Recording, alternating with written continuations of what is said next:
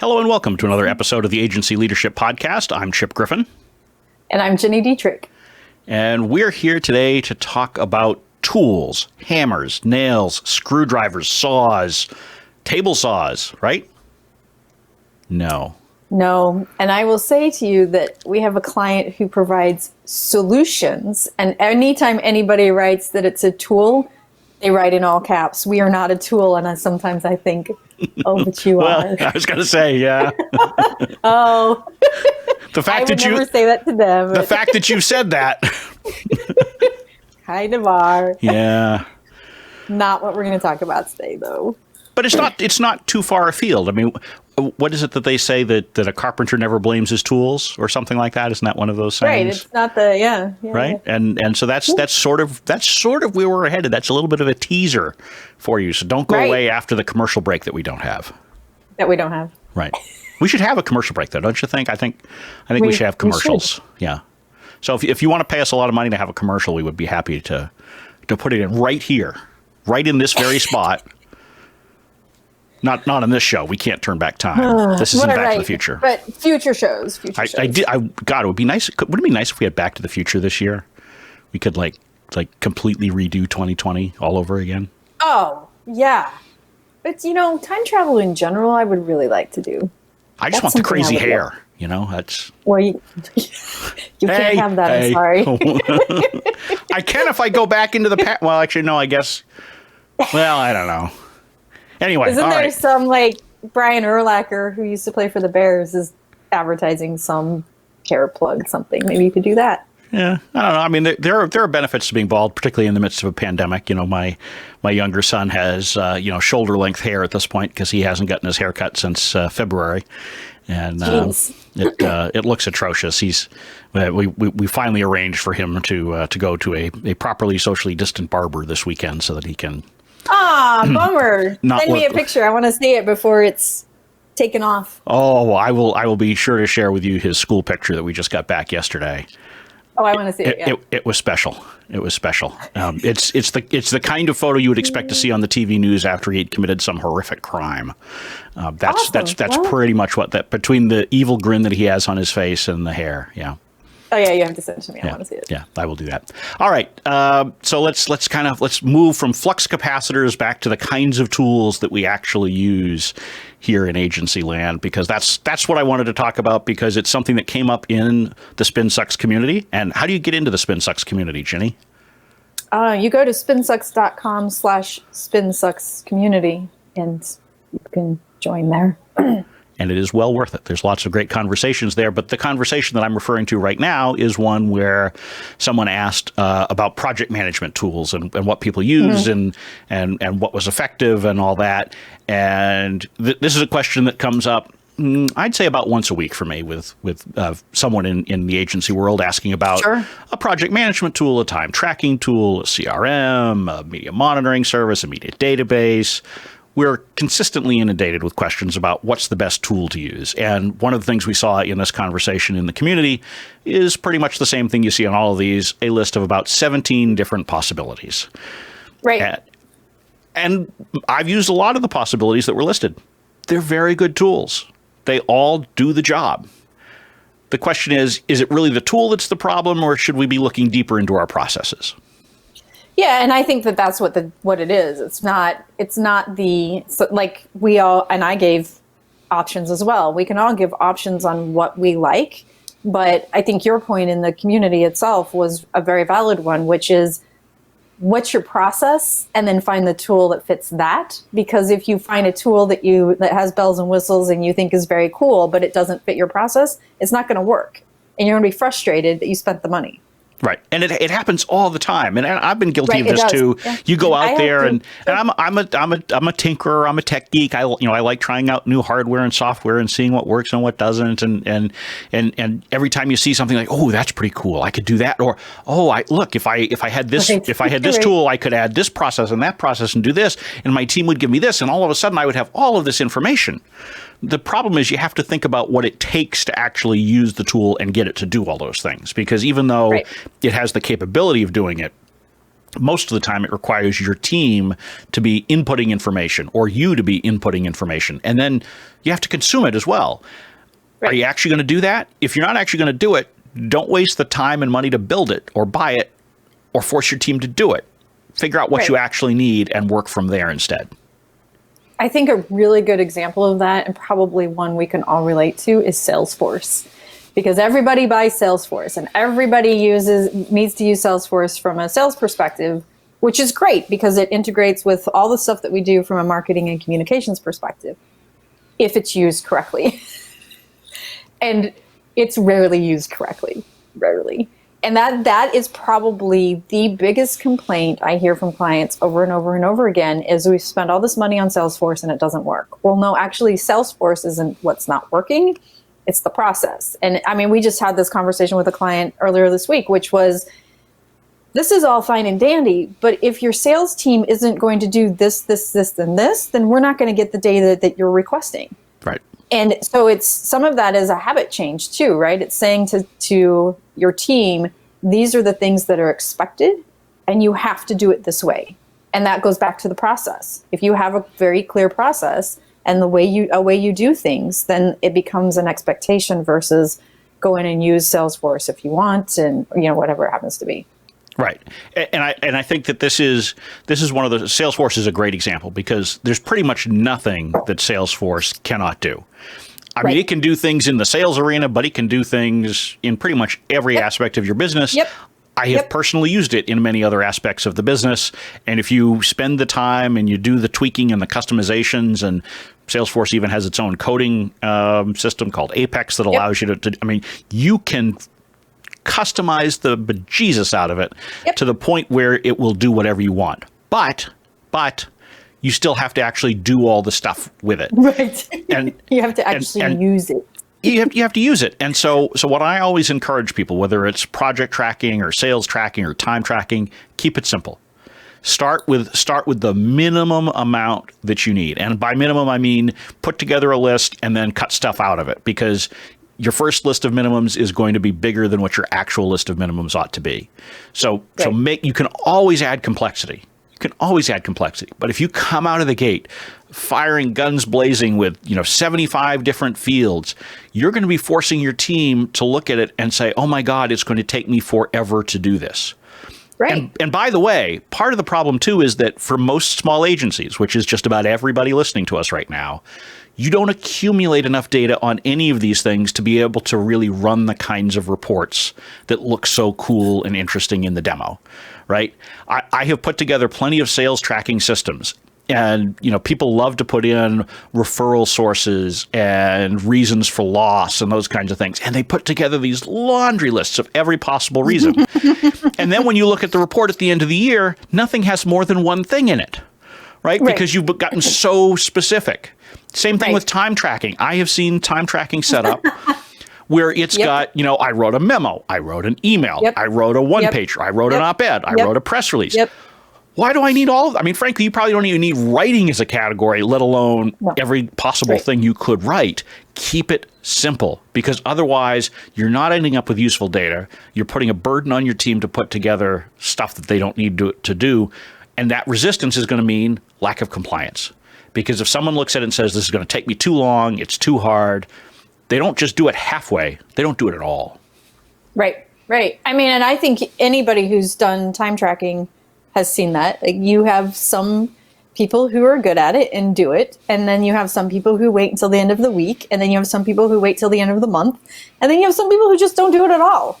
And when I worked with agencies, that was one of the biggest challenges. And they would say, like, there would be all sorts of threats, and we're going to do this if you don't do that. And but people just don't do it because it's too hard. And I think your point is really good, because in the big agencies, we had to record all this stuff. Like, I wrote a memo, I wrote an email, I talked to the client for 3 minutes. Like, and it's too much. Well, it's inaccurate because you can't really remember, but it's also inaccurate because at some point you just start making stuff up just to get it done, right? So you just sit down and say, well, I think I'll put 2 hours of writing and, an hour of research and, whatever. That's not useful. So, I mean, time tracking is an example. Start with the bare minimum. What's the bare minimum? What's the client? What's the amount of time? That's it. right? Start there. Yep. If you find that you're getting compliance, that's working well, then maybe you start to add in, a little bit of something extra. So, maybe you divide planning and execution or something like that. Or, there are, you can start gradually to add complexity once you've nailed the simple stuff. I mean, this is like if you were to go out and, decide that you're going to be an ice skater and you're going to go right to, those fancy spin moves and stuff or what. That's quite the analogy there. The Axel F's or whatever they are. Like baseball. Because I was trying to make the point that you probably don't even know what these things are. So why are you aiming for them, right? I mean, for me, I would just focus on trying to remain upright for more than 5 seconds if I was on the ice skates. Right. I can stay upright for more than 5 seconds if I'm not on ice skates, just for the record. So I don't have like major balance issues. Well, it depends on how much you've had to drink, but no, actually, even when I've had, that's not really one of my issues. But anyway.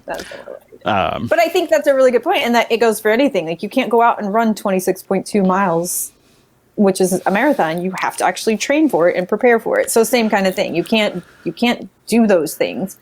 But I think the point is really interesting. So we're actually going through the process of finding a project management system for a client, and we have the process set up. And right now, it's driving me crazy. It's in a spreadsheet, all the stuff. But because it's there and we've created the process and everybody's accountable to certain columns in the spreadsheet, now we can take that and import it into a project management system. Right. Where I think if we were just going, let's do this and, check out how this project management system works, it would be a different story. But you're absolutely right. There has to be a process. It has to be simple. And then you can figure out the tools to help you make it better. Right. And your team has to see this as a win, by the way.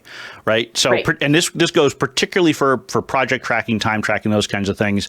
They're the tip of the spear. They're the people who are taking on the burden of these systems. They have to see that there is a benefit to them doing it. So with time tracking, I always like to show people how it helps you understand, where they're perhaps overloaded, how you can help improve their workload, or when you need to do additional hiring, those kinds of things. So they understand that there's benefit to them. Project tracking, same thing. So with a project tracking solution and process, I always like to start with what are the pain points? What is it? Why are we implementing this? And, usually the first answer I get from someone is, well, we're trying to keep better track of things. We want to have, better accountability, blah, blah, blah. Well, that's garbage, right? Because it's really, what's falling through the cracks right now? Is it that you're trying to make yourself more efficient? Is that you can't find the information that you need when you need it? Is it that clients are complaining that you're missing things? What is it really that you're trying to solve? And start with that. So if you start there, then your team will start to see the benefits, because if they say, look, I can never find the latest version of the approved talking points, I can never find the list of things that we've promised, that you, Ginny, have promised and I need to execute on. I can't find that list easily. I always have to ask you. Okay, great. Those are perfect things to use a project tracking system for, as a repository for information and as a list of agreed upon tasks and, who owes who what and that kind of stuff. That's great. But if you're thinking about it in terms of a manager, I want to see what Sally's working on. I want to know, what Joe is behind on. If you start thinking about it in those terms, it becomes more of a big brother tool that the team is just naturally going to resist. So solve the team's problems first, and then figure out how you extract information for yourself after that. And also, I mean, you're the same way, but having that kind of information at your fingertips, that's just too much. Like, I don't want to know that somebody's a day behind on something. I want to know that we've met the goal and that we've delivered the result. That for me would create a level of anxiety and stress that I don't need. I don't need that. So yes, focus on what the team needs, and then you can build in the rest. But using it from a big brother tool, ugh. Right. I mean, and it is valuable to have some of this stuff in there, because, while I agree with you, I don't necessarily want to see that someone's a day behind on something. If I'm the direct client contact and I've got other people in the agency I'm working with, I may want that information readily available to me. If the client calls up and says, where do we stand on this? I can bring it up and see. You have it right there. That this is, that this is moved from the writing team to the design team. It'll be coming back to me, probably in the next day or so, right? So seeing, and a lot of it comes down to how your agency works. What are your processes? If you are a small agency where you have one person assigned to a client and they pretty much do everything, you probably don't need a whole lot from a project management tool perspective, right? Project management tools become more important the more individuals are working on individual projects, right? It's when there's that overlap. That's where these tools really shine. And if you're doing it and you're a 3-person shop and nobody overlaps on any other projects, yes, you need something, because you need to have a repository so you've got the processes. So if someone gets hit by a bus, you can actually sort of pick up from somewhere. We prefer to say won the lottery. They won the lottery. Well, you can prefer to say that all you want, but I say hit by a bus. I've said it for 25 years. I had for years. They won the lottery. I used to have an envelope. I used to have an envelope in my desk at the office that said "hit by a bus." It was sealed, and it had all of my key passwords and secret-ish information that someone would need to take over if something happened. That's what I called it. I called it hit by a bus. I'm going to keep calling it hit by a bus. I'm sorry. Well, if you get hit by a bus, I will come clean out your browser history for you. Oh, you won't be able to get in my computer, so that's not a problem.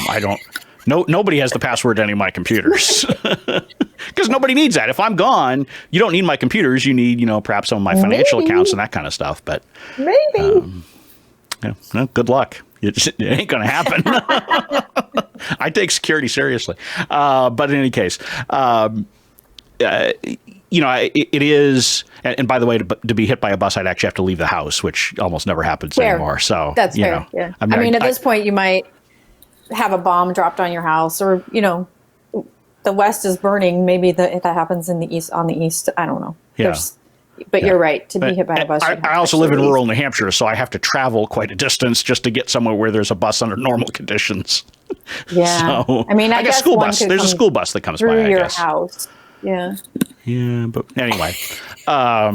So on a very small team, you still need something, because I think it is important to have those things in place so that, even if it's not getting actually hit by a bus, someone can be out for a day, right? And so having someone who's able to access their stuff in the middle of a crisis. I always had process documents that were put together if we had a single person working on a project, so that if we had to hop in and help them out in a pinch, and it may not even be that. It may just be that they had to go, help a family member or something like that. And so instead of saying, okay, before you get on that plane to go see your family member in need, I need you to tell me all these things. Project tracking allows you to pick that up. So having something even in a small team can be useful, but the amount of information that you have to track becomes a lot less the smaller your team is. And so you shouldn't be looking at some of these tools that may be built for teams of 50 or 100 people and try to apply everything to your team of 5, right? You need to be thoughtful about it. And that's why I think it's so important to start with the process first and then figure out the tools to get there. And you might even start super simple. You might, as you did, use a spreadsheet first, right? Because that helps you figure out, is this information really helpful? In fact, I just saw a video on YouTube this week where there was, I think, an SEO agency that was using, pretty complex Google Sheets to do project tracking. They didn't like any of the tools that they had found. And I looked at it, I'm like, that's kind of ugly and not the way I would do it, but it worked for them. And the trick is that you just have to get people to actually use it. And so if you start simple and figure out what works and what doesn't, that will then inform your decision on a tool. Because most of the time when I see someone buy a software tool, or frankly, when I've bought them for my own teams, we don't use 90% of what the tool is capable of. Yep, absolutely. Yep. And we use less than half of what we thought we would when we started. Right. There are definitely some very cool tools out there. And I think, you see the bells and the whistles and you're like, oh, that's pretty and that's cool. And if we had this, we would do this. And truth be told, you just don't have the time unless you have somebody on the team that is focused solely on building your project management system or whatever system it has to be, it is, and building it and, customizing and coding and all that kind of stuff, unless there's one person solely focused on it, you just don't have the time to use all the bells and whistles. So find something that works for the need right now. You can always graduate later. And it definitely has to be something that's appealing to you. Like, I can't stand Asana. Everybody loves Asana. I hate it. Hate. You're not ever going to get me on Asana. And it's just because visually I know I've tried. I know. I can't do it. I don't know why. It's just not, it doesn't work for me. So you also have to find something that works for everyone and, make sure that it's applicable to, because you will still have challenges getting people to use it. Right. And look, at the end of the day, you as the leader still have to make a final decision. You're probably not going to have, you're not going to have everybody happy. But if you swoop in and the first that they hear about it is when you sit down with them and say, here's the tool we're using, here's how we're going to use it, go forth and start right now, I guarantee you it's not going to end well. You may have the best tool and the best plan, and it may make perfect sense. And in another universe, they would have loved it. But because they didn't feel invested in the process of choosing it and setting the process, you have set yourself up for failure. So it is your job, as much as you may not want to actually reach out to your team and ask them for their input. Clue them into what you're working on. And this is very difficult. And I have to tell you, when I first became a manager almost 25 years ago, now I remember very distinctly where I was having a meeting and someone pushed back on something that I said we were going to do. And I said, well, this isn't a democracy. Now, well, I mean, to be fair, it's true. It's not the best way to handle it, particularly when the person that I said that to was almost twice my age. And in fairness, she was also not surprise me about you. She was, well, I was 23. So, I mean, I was very, very young for the responsibility I had been given at that point. But hey, it was the start of the internet bubble. And so, why not hire a 23-year-old as a CEO? It makes perfect sense. Sure. And so the team that was all considerably older than that really appreciated it when I came in and started telling them what to do. And of course, I was very diplomatic back in those days. I mean, I'm sure. Not a democracy is very diplomatic. In fairness, I mean, she did set me off because she tried to have the team vote on something that I had said we were doing one thing, and she wanted to take a vote to go in a different direction. And so she did kind of provoke it. At the same time, I mean, it is not a democracy. But that is true. At the same time, if I had gone in and said, look, here's what I'm thinking, what do you think? And sort of tried to bring them along. You don't have to, just because someone disagrees with you doesn't mean you have to change your opinion or change your decision as a leader. Right. But if someone doesn't feel like they've even been listened to, if they don't feel like they've even been consulted, particularly in these kinds of tools where they're the ones who are going to be using it day in and day out, the agency owner rarely spends a lot of time in the project management tool.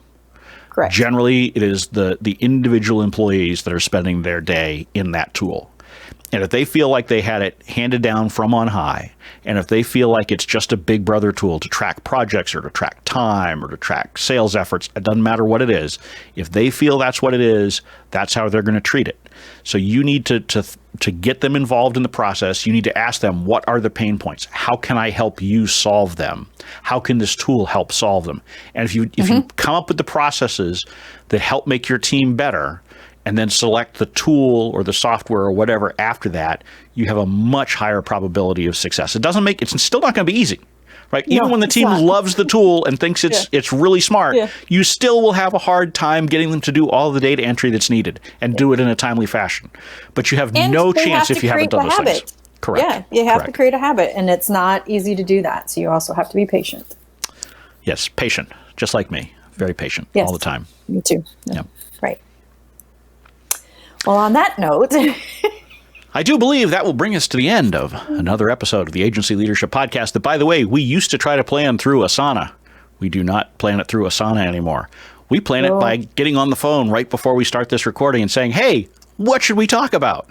That's not entirely true. You sent me an email an hour and a half before with some ideas. Yeah, and I've done that before, and then you've changed the topic 2 minutes into the show. That was just a couple of weeks ago. So, I mean... That's true. But it was a very good show. It was a very good, if depressing, show. If you have not listened to the Doom and Gloom episode, grab yourself a cocktail of choice, go listen to it, and then make sure that someone restrains you afterwards. Yeah. Doom and gloom episode. Doom and gloom. agencyleadershippodcast.com. You can find it right there. Storm clouds in the thumbnail and everything. All right. So with that, I am Chip Griffin. And I'm Jenny Dietrich. And it depends.